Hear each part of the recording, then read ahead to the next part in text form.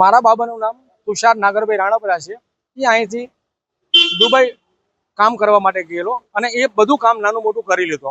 એટલે કામ માટે ગયેલો એક એજન્ટ મને મળેલો, મારો મિત્ર। એજન્ટે મને કીધું હું તમારા બાબાને મોકલી આપું। મારા બાબાને મોકલવા માટે એને મારી પાસેથી પૈસા લીધા। મારી પાસેથી 1.5 લાખ રૂપિયા લીધેલા છે। કેશ રૂપિયા મેં એને આલેલા, મારી પાસે નતા, બહારથી લાવીને મેં એને આલેલા છે। બરાબર છે। આજની તારીખમાં મારી મિસિસના દાગીના પણ એ ગીરવે મૂકેલા છે, પૈસા આપેલા હતા। અને પછી દુબઈ ગયા પછી આ લોકોએ 2 કે 3 મહિના કામ નાનું મોટું એની પાસે હોટલની અંદર કરાયું અને પછી એને કોઈ અહીંયાથી બહારથી કોઈ માણા મળ્યો, એના દ્વારા બીજી કન્ટ્રીમાં લઈ જવામાં આવ્યો। અચ્છા, કઈ કન્ટ્રીમાં ગયો? મને એવું છે કે થાઈલેન્ડની આજુબાજુના કોઈ કંબોડિયા છે કે એવો કોઈ એવો એરિયા એવું લાગ્યું। છેલ્લે ક્યારે વાત થઈ?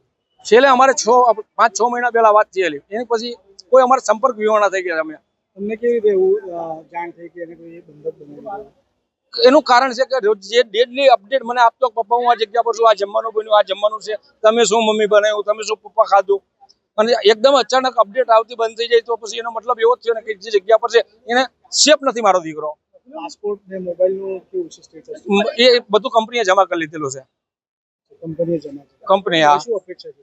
બસ કમિશનર શ્રી અને ગુજરાત ગવર્મેન્ટ અને કેન્દ્ર ગવર્મેન્ટ શ્રીને એક જ વિનંતી છે કે અમારા બાબાને જેમ બને પરત લાવી આપે। શું નામ છે તમારા બાબાનું? તુષાર નાગરભાઈ રાણપરા। નાગરભાઈ રાણપરા।